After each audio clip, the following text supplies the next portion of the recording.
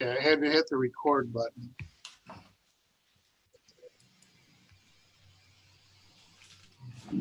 And the four-way test of the things we think, say, or do. Is it the truth? Is it Is it fair fair to to all all concerned? concerned? Will it Will build goodwill and better friendships? benefits? Will it be Will it be beneficial to all concerned? concern.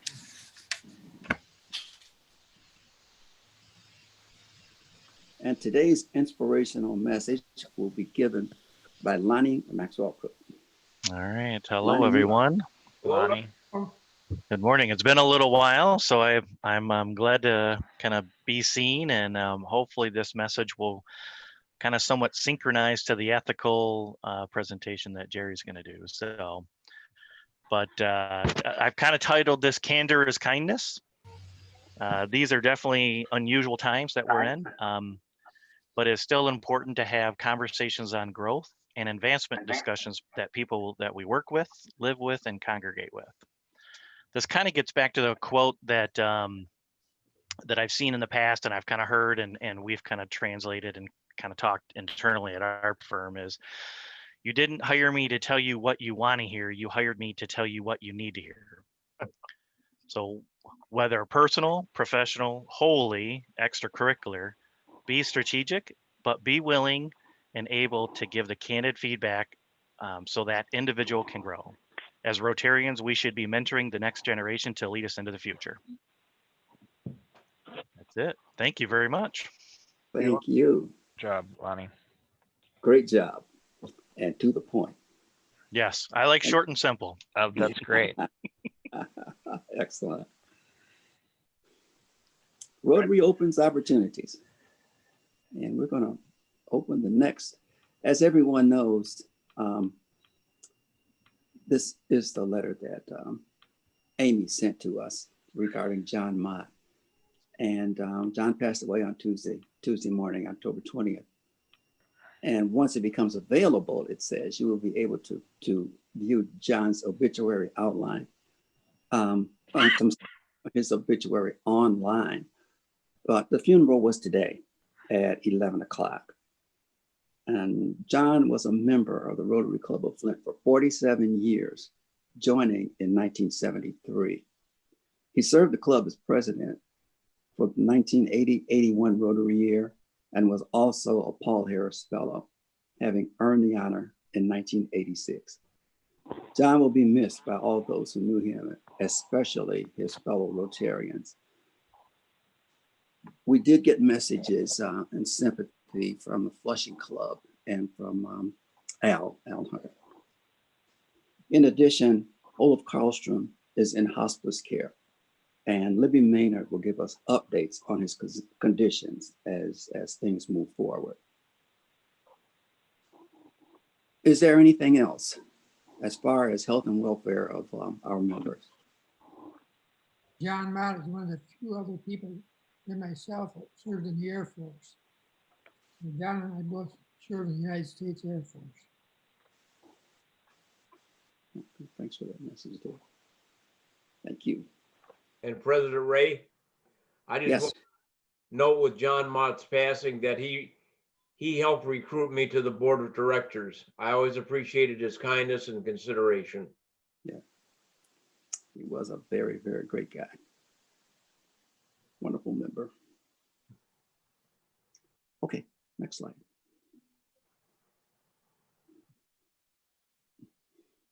That's for you, Jerry. Oh, that's for me. Okay. All right, guys. I guess No. we're gonna do this with my dog. Oh, Not your Wait, problem. not yet. Hold on, Jerry. Hold on, Jerry. Not yet. You ready? No. We're introducing any guests that are here today, and we have one. Do we have any guests? We've got one, and Robert. There, I was trying to think of your name. Robert, just give us a mention again of your club, and let us welcome all of us. Welcome you. Bob Thomas, Rotary Club of Lapeer. I was district governor in 0203. made up your club many times. Wow. Awesome. Welcome, you. Bob. Yes. Thanks for coming. Thank you. Welcome. Okay, next slide. We now have a special announcement from Nick Godleski regarding the upcoming Michigan State versus the University of Michigan football game. Can you hear me okay? Yes, sir. Uh-oh. Excuse me a moment. I love technology. All right. And now, 2-ish minutes with Rob Jewell. Oh, no. Is that Rob Jewell? Oh, Oh, my God. I wondered why Nick had a mask on in his own house. That explains it. Greetings, greetings, greetings, my friends. The MSU U of M football challenge rivalry at Rotary continues. We're overjoyed. Saturday, October the 31st, 12 noon at the Big House, the game shall undertake. Now,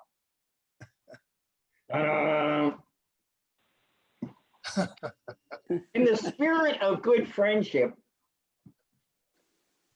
in the spirit of good sportsmanship and friendship, we propose a MSU U of M football challenge, a challenge bet. If our respective team does not win, we would present, we would equal time here. We would present our losing bet at our next Rotary Club Zoom meeting. And that would be November the 6th, because next week is basically happy hour. So Friday, November the 6th at our club Zoom meeting, the losing bet challenge bets will be presented. Now, our respective bets. Ready? Ready. Ready. If on the small chance Michigan State doesn't win the game, I will, on my base, learn the Michigan fight song and play it for Rotary. Right. All right. Now, if for some strange reason U of M allows MSU again to enjoy the experience of winning in the Big House, I will don Spartan apparel and I will provide a spoken word performance of the Michigan State University fight song. So we want you to be aware that others are also welcome to join in on the challenge with your bet. So if you're interested, feel free to touch base with either Nick or I, and the performance shall occur on November the 6th, but the real performance will be Saturday at the Big House. Go Blue! Go Blue. Go Green! Go Blue! Go Blue! Green! Go Blue! Go Ray! Hail to the big. I think they need to be muted. I have the power. Mike. That was last night, not today. Well, thank you guys. Thank you. You know, I'm ready to say go blue, but that's all right. We'll wait. We'll wait till the 6th. Ray, I put this back up again. I think it's still legitimate. Okay. Okay.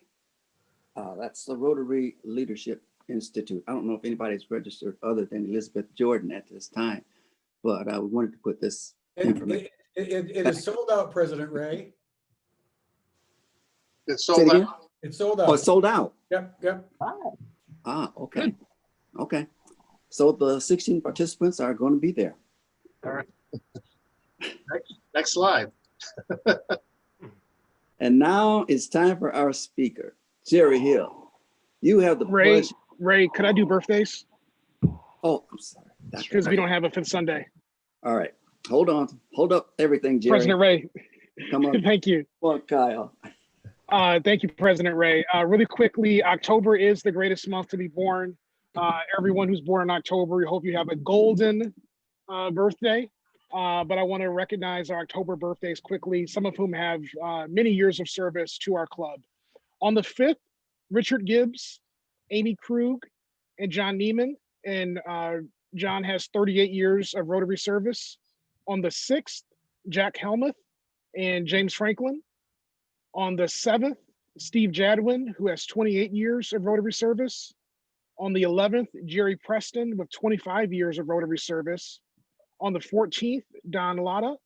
On the 17th, Pat McAvinci with 48 years of Rotary service. Wow. On the 18th, George Wilson. The 21st, Joe Fioroni with 21 years of Rotary service. On the 26th, Gary Harand with 31 years of Rotary service. On the 28th, Gene Dennis with 41 years of Rotary service. And on the 30th, yours truly. So to all the October birthdays, happy birthday. And Sky, you might row the boat, go Gophers. Thank you, Kyle. Thank you. This will be duly noted so that we can collect those $1 from each and every one. And you can actually pay your fines on the PayPal on the club's website. Yeah, that's correct. But we encourage you to pay more than $1 because there's probably a fee attached. So maybe put a 0 after the 1. Thanks again. Okay, now we can move forward. So it'd be Jared. Okay, I Oh, I think I wanted to need read no that, Jerry. introduction, but we'll go. We're going to have an open mic in a little bit, so I'll ask you guys to turn it on.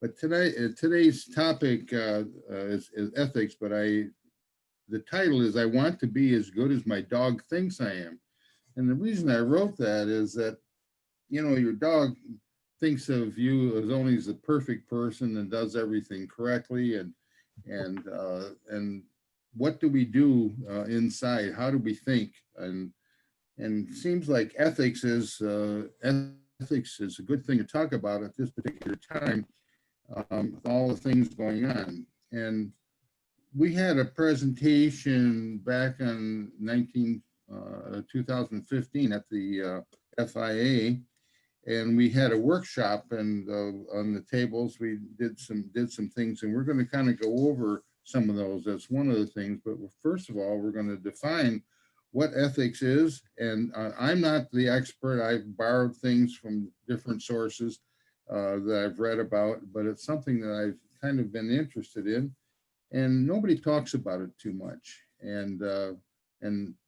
But the Rotary Club, I wanted to mention, this is not a lecture. This is only a discussion, and we're going to do I'm going to ask some questions of you and ask you to speak up on your thoughts on it. But I'm trying to think of the best way to say it, that ethics is, let's see, let's find a little better way to describe it here. Ethics are standards of right and wrong, good and bad, and ethics are concerned with what one ought to do to fulfill one's moral life. And there are two aspects of ethics: being able to determine what is right and wrong, or good or bad. So we have to determine that, and also committing to do what is good and right and wrong of things that we recognize. Being ethical means doing what is right and good, and well as avoiding what is wrong or bad. And the failure to be ethical would be construed as being unethical, which makes very good sense. But it's not easy to be ethical. I mean, to do this all the time, because so many of the choices fall into gray areas and in between. And what do you do when making an ethical choice that will almost certainly hurt someone? And what if doing something a little bit wrong will help create a large and right decision? One of the things I read about ethics by some wise person is that when you make an ethical decision, lots of times, even after you've made the right decision, what you think is the right decision, you think about it a long time. And this is common.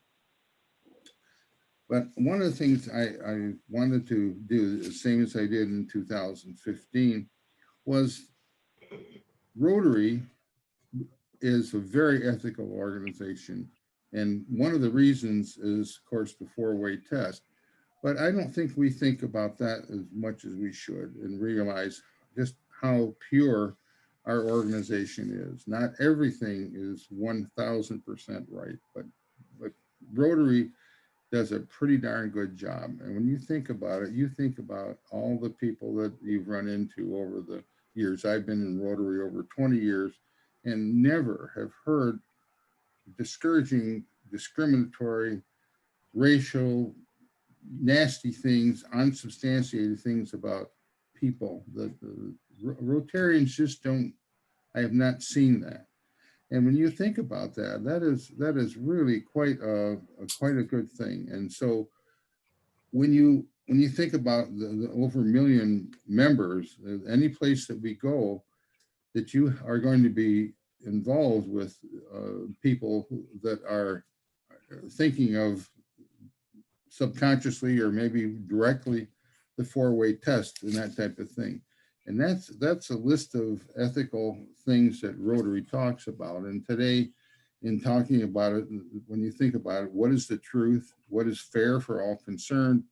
What will build goodwill and better friendship? And what is beneficial to all concerned? Those types of things, and I think about them a lot, but I wish I thought about them more. So I have my little dark sides, as I said. I'm going to share one with you. That those things are quite a guide, a wonderful guide, and we ought to think about how wonderful that is that's in Rotary. And another thing, it was talked about when we talked about the UN, being this is UN Day. We did in 2017 a program about how Rotary four-way test helped in the establishing of the UN Charter. And when you think about our four-way test, which was designed and built up in the 20s in Chicago, that was adopted in 39, I believe, for as a part of Rotary nationally. That's a pretty amazing that group of people that made the charter for the UN used the four-way test as a guide. And I'm pretty darn proud of that. Excuse me, I'm looking for something for my nose. Hang on. Say it's tears, but I'd be lying, and that wouldn't be against the four-way test. One of the things I wanted to go into was a rather simple, small thing that happened to me about, I'd say about 2 or 3 weeks ago. I was at one of the big box stores that I go to all the time. And I took a coupon for a $5, you could pick out free, which they usually don't give you free coupons of anything of value much, but I could pick out an Eckrich breakfast sausage.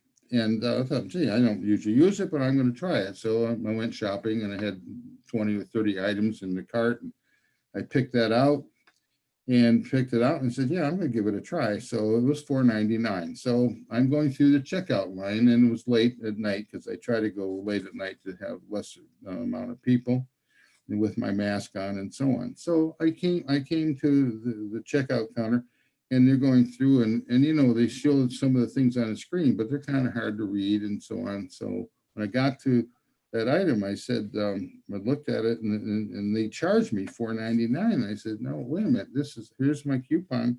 It's supposed to be free. So the clerk was a real good clerk and was customer conscious, and I've been through his line a number of times.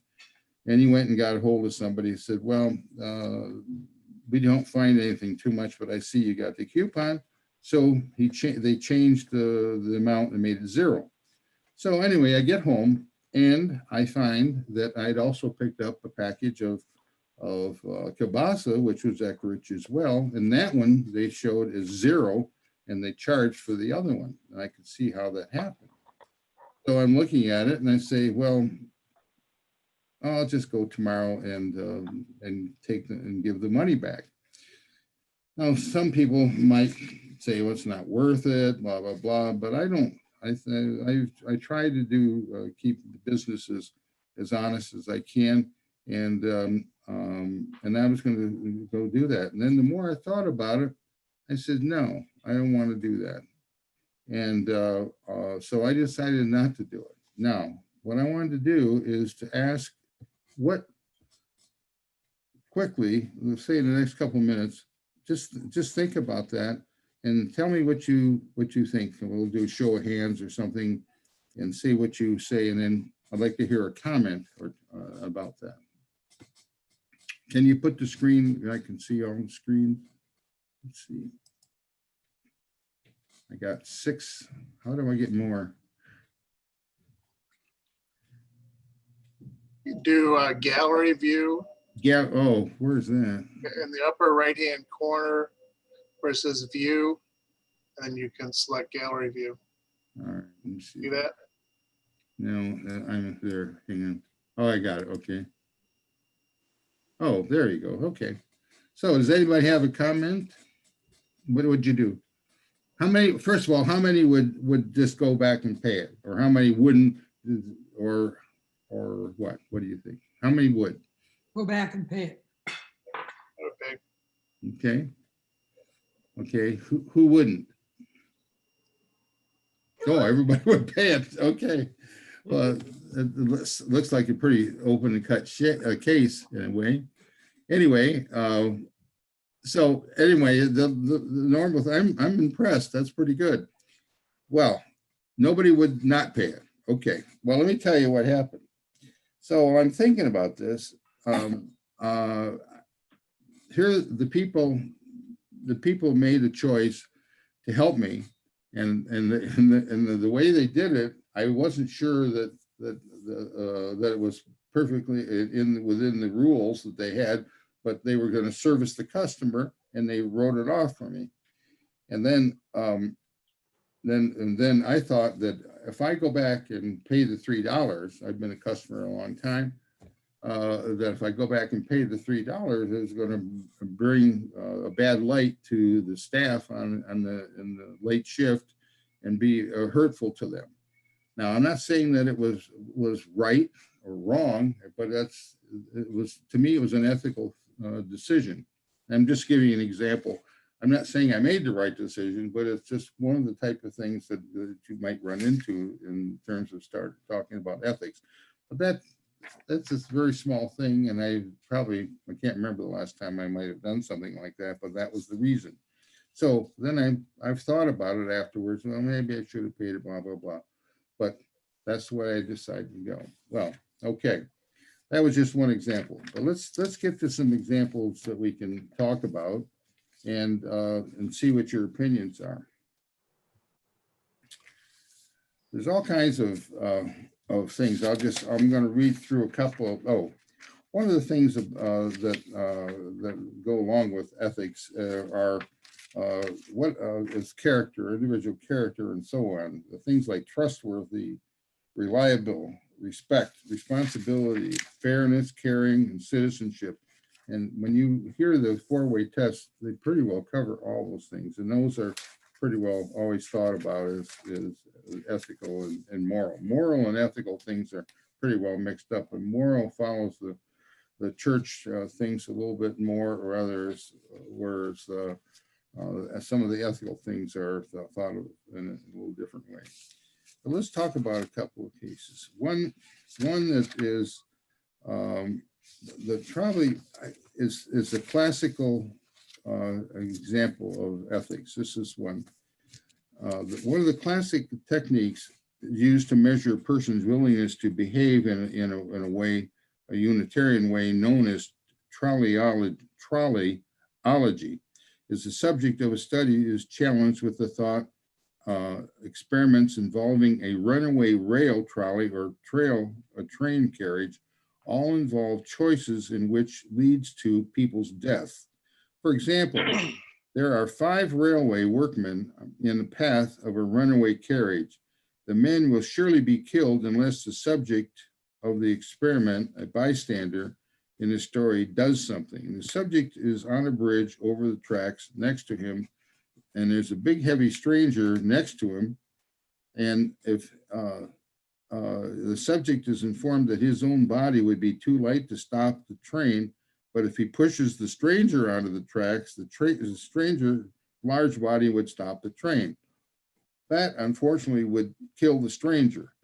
Now that's really weird, but that's a case where you would have a choice to do that.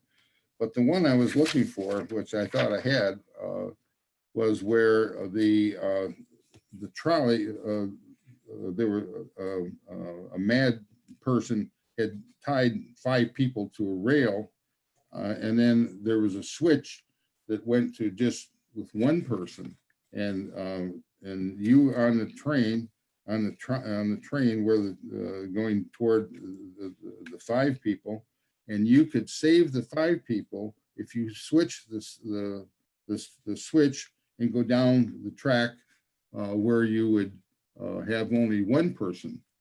So if you were facing that that situation, what would you do? This is an ethical question. Anybody have a thought? Hello. I would be inclined to follow President Harry Truman's approach when he had to make the decision about Hiroshima and Nagasaki. There, he saved probably 2 or 3 million people by destroying about 100,000 people. It was a very difficult decision, but that's what he made. And I support that decision that he did. Well, that is, a lot of people will look at it that way. The way that the write-up that I read was that by doing that, you had nothing to do with the whether the person would be killed or not, or the 5 people were killed. It was done by the mad killer. And if you switch over to the train track with one and only one person is killed, that is a decision then that by law that you'd made a decision to kill that person. You know, ethically, you could think about it in 2 different ways, but it's just, this is why ethics is so, it's not easy to decide on how to do things. Well, I appreciate the input. This is one that we talked about a few years ago. On January, 7 January 2015, Corinne Ray, a cartoonist at the French satirical magazine, I can't pronounce it right, probably, Charlie Hebdo, was known by the name of Coco, and they made cartoons about the Muslim Muhammad and so on. They would, so she returned from picking up her daughter from kindergarten. She was confronted by 2 French jihadist gunmen who threatened to shoot her daughter unless she keyed the entry to the door of the magazine. She did, and the gunmen entered and murdered 12 people, including 2 policemen, as well as shooting 11 others. During the attack, the shooters said that they would not kill women, but they needed to convert to Islam and wear a veil. Should Corinne Ray have been willing to sacrifice her daughter and herself rather than to allow the obvious murderers enter the magazine and possibly kill everyone? Can a mother be blamed only for thinking of protecting her child? Now that is a pretty hard ethical question. That'd be hard for any of us to be facing. But anyway, what the answer that was written, and that is most of the murdered members probably would have been willing to die rather than to have Corinne's daughter killed. However, the mother should not have been put in that position. A publication under such threats as Charlie Hebdo was needed to have a door that could be opened from the inside, ideally leading to a hallway with another locked door and an armed shielded guard at the other end. The police protection that the magazine was receiving not only was ineffective, but it did not even prevent the murder of the policeman on the job. So, I mean, that's a really hard one, but that's a form of ethics. I have a list of about 8 or 10 that are more common. Okay, I'm just going to read through these and we can talk about these for a moment. A young co-worker asks you to cover him so he can sneak out of work early to go to his son's softball team. Do you agree? If he went anyway, would you keep silent? That's an ethical question. Anybody have any comments on that? Okay. Speaking of the game, you were all ready to sign up for a big new client to a contract worth 50 grand, and your boss is under a lot of pressure to increase sales. He calls you into his office and tells you his job is on the line, and he asks you to include the revenue for your contract in the sales figures for the quarter that ends tomorrow. You know the contract is sure thing, but the client is out of town and you cannot possibly sign by tomorrow. What would you do? I mean, this is one that it's really in the gray area. In the manufacturing, there's another one. The manufacturing cost of widgets for your company makes drop by 50%. One of your customers, Sam, tells you he knows. So the cost of manufacturers dropped by 50%. One of your customers, Sam, tells you he knows this because he is best friends with your company's VP of production and asks you for a discount on his order. Your boss okays the discount, and your other customer, Sue, who is one of your best friends and knows nothing about the drop in the manufacturing cost, places the exact same order for widgets as Sam. Do you offer her a similar discount? Do you tell her about the drop in manufacturing cost? Anybody got any thoughts on that? Okay, I have a couple. One that if your boss is going to agree to the 50% drop, and especially based on being told by one of the executives that this had happened, then it should be, to me, it would be the correct thing to do ethically would be to offer it to Sue as well.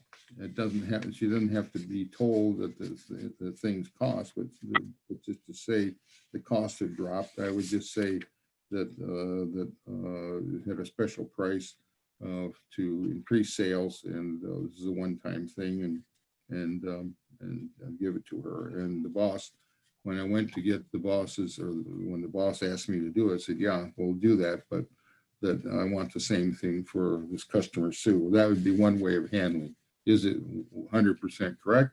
Well, it depends, but I think it's an ethical way. A company policy forbids coworkers to become romantically involved, and you go to the same church as someone from another department, and you find yourself becoming attracted to this person. Do you pursue the relationship?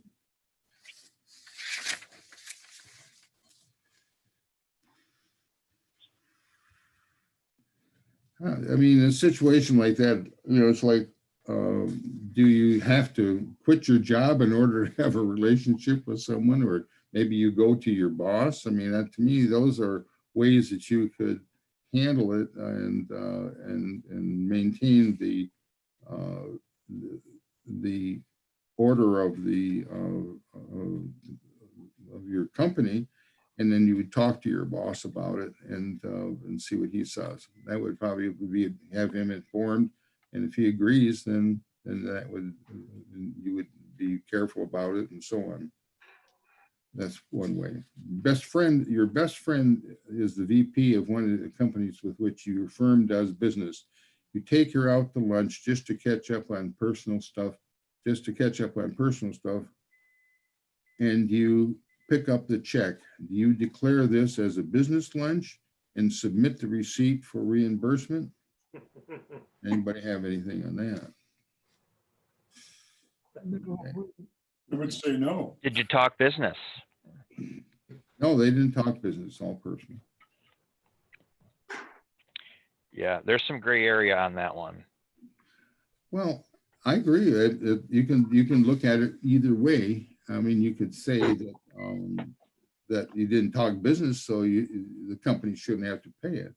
But on the other hand, if the person is a regular customer and you go out with them, I mean, and you would pick it up. I mean, you wouldn't do that a lot of times, but there might be times that you might have that happen. So you can look at it both ways.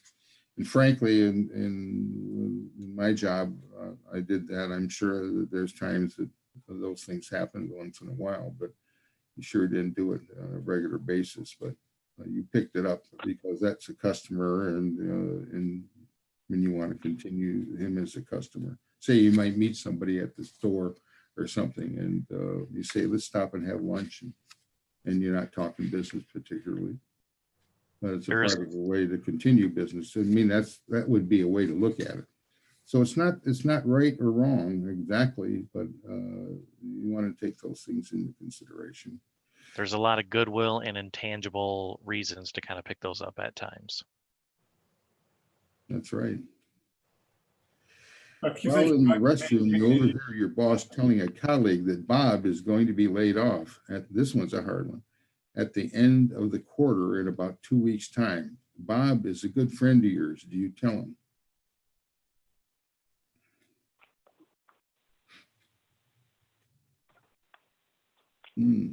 Jerry, yeah, of course. The guy's losing his job. I mean, officially, I haven't told you jack, right? Unofficially, I'd say, Jerry, you might want to get your resume up to date. I haven't told you you're getting laid off, but I'm making suggestions that you might consider your future. Yeah. Take you out to lunch on my expense account. Yeah, along those same lines, if he said he's buying a new truck, you may want to say, you know what, why don't you hold off on that? You know, so. Yeah. Say it again, Kyle. If he said he was buying a new truck, you may say, you know, why don't you wait a month or so? Yeah, that's a good point. But if the guy's sharp, he's going to pick it up. Especially since you just got through talking to the boss, you know. Oh no, he didn't know that unless he was in the bathroom, I guess. But you know, there's another way to look at it too. If I heard that information,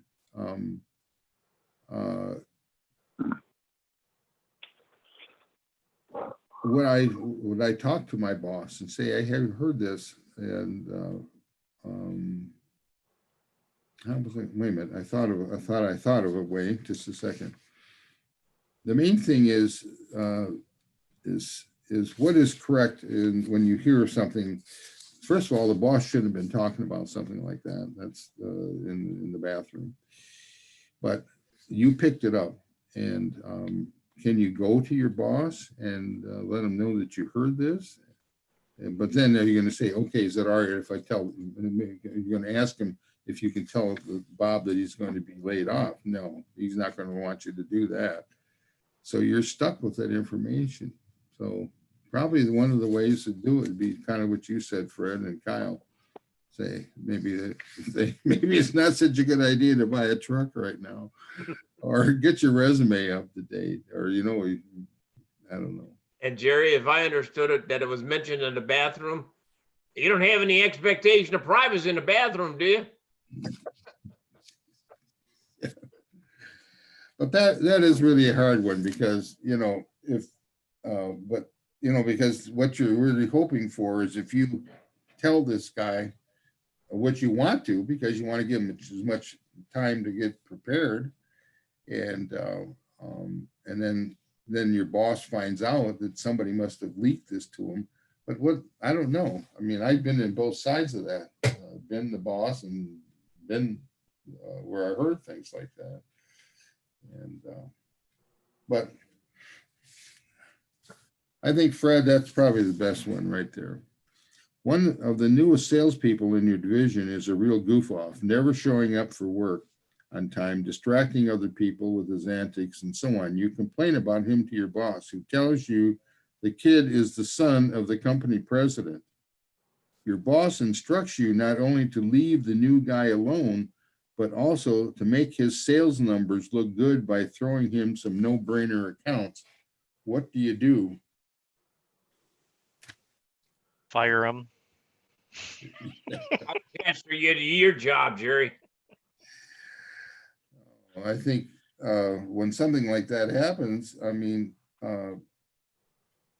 you're given a direct order by your boss to do that.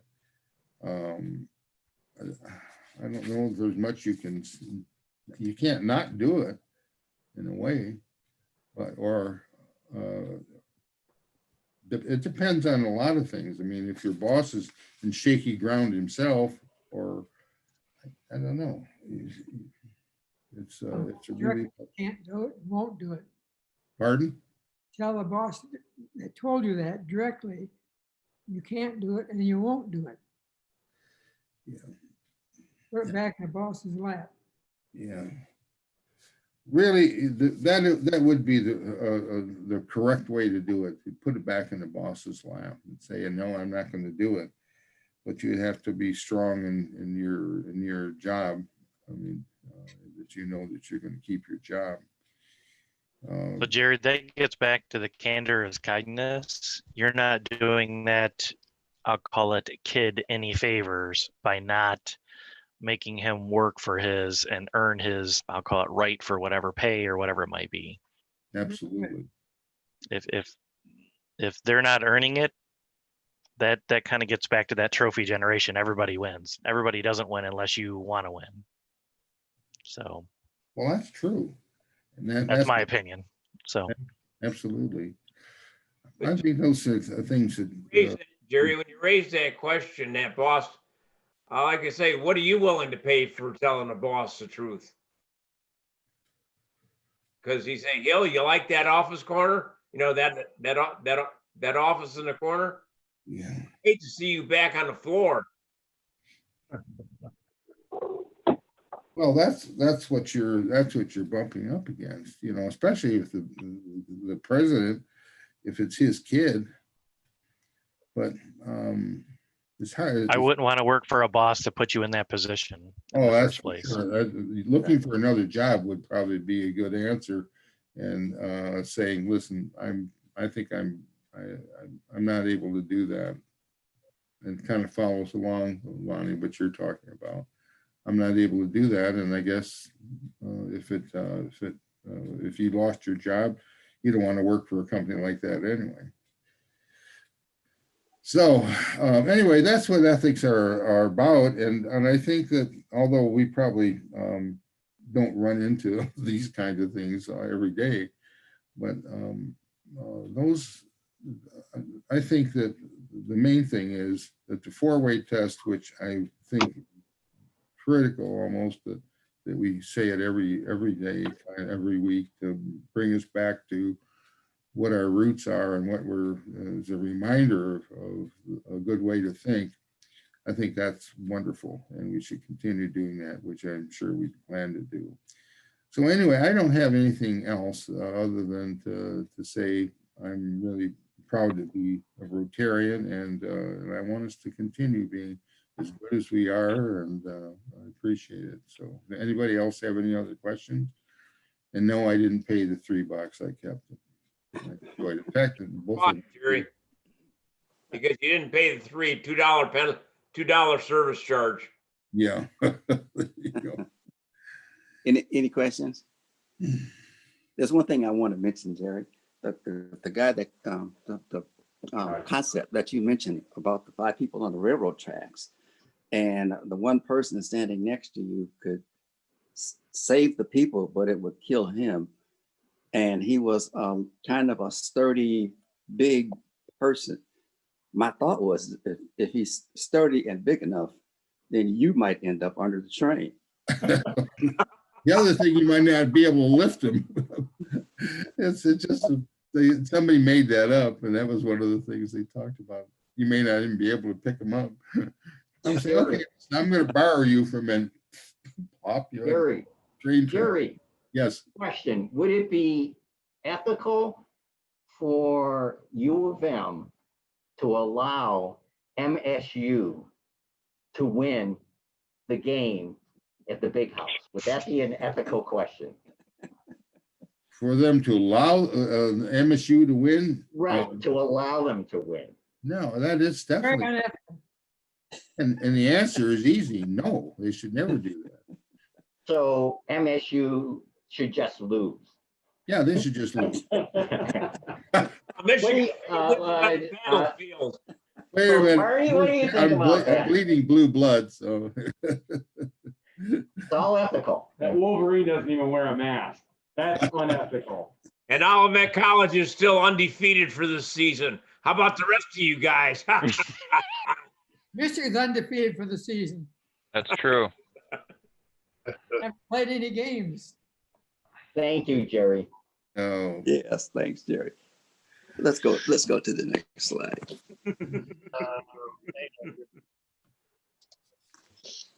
Jerry, we appreciate your presentation.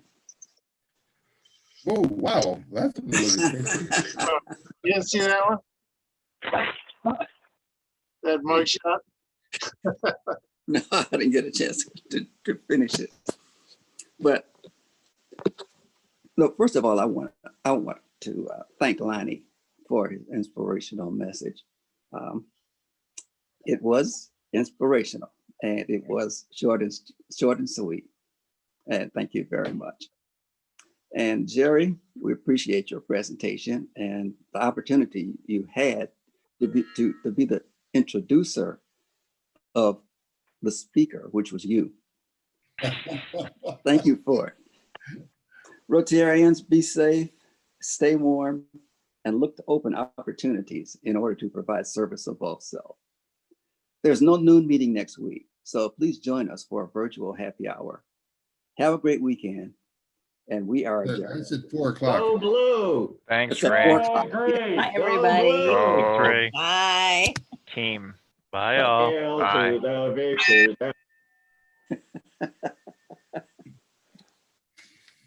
That was fun.